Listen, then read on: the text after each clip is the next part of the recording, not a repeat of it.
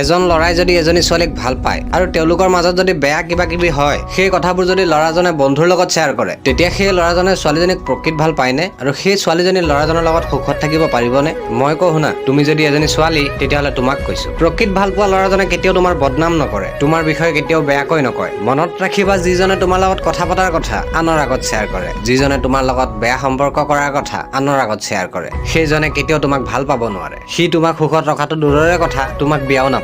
এনেকুৱা ল'ৰাৰ পৰা বাচি থাকিবা, যিয়ে তোমাক সন্মান দিয়াটো দূৰৰে কথা, ওলোটাই তোমাৰ সন্মান ধ্বংস কৰে। এটা কথা মই ছোৱালীসকলক কওঁ, এইবোৰ কাম কৰিবলৈ যে তুমি মান্তি হৈ যোৱা, তুমি এবাৰ এইটো ভাবাটো জৰুৰী নহয়নে? যদি তোমাৰ তাৰ লগত বিয়া নহয় তেতিয়া কি হ'ব? যদি তুমি বেলেগৰ লগত বিয়া হৈ যোৱা তেতিয়া কি হ'ব? যদি কথাটো স্বামীজনে গম পায় তেতিয়া কি হ'ব? যদি সি ভিডিঅ' কৰি কাৰোবাক দেখুৱাই দিয়ে তেতিয়া কি হ'ব? যদি ছ'চিয়েল মিডিয়াত ভাইৰেল কৰি দিয়ে তেতিয়া কি হ'ব? এইবোৰ কথা তোমাৰ মনলৈ এবাৰো নাহেনে? কি দিবা বিয়াৰ পাছত স্বামীজনক তুমি? তেওঁ তোমাক বিয়া পাতি নমৰালৈকে লগত ৰাখিব, আৰু তুমি কি দিবা? কেৱল ধোকা আৰু ধোকা। এটা কথা কওঁ, মনত ৰাখিবা, যিজনী ছোৱালীয়ে নিজৰ পবিত্ৰতা নিজৰ স্বামীজনৰ কাৰণে বচাই ৰাখিব পাৰে, নিজৰ পবিত্ৰতা বচাই ৰাখিবৰ বাবে বয়ফ্ৰেণ্ডৰ লগত কাজিয়া কৰিব পাৰে, নিজৰ পবিত্ৰতা বচাই ৰাখিবৰ বাবে ভালপোৱাক ত্যাগ কৰিব পাৰে, সেইজনীহে প্ৰকৃত ছোৱালী। আৰু এনেকুৱা প্ৰকৃত ছোৱালী কোন কোন আছা কমেণ্ট কৰি জনাবা। ধন্যবাদ।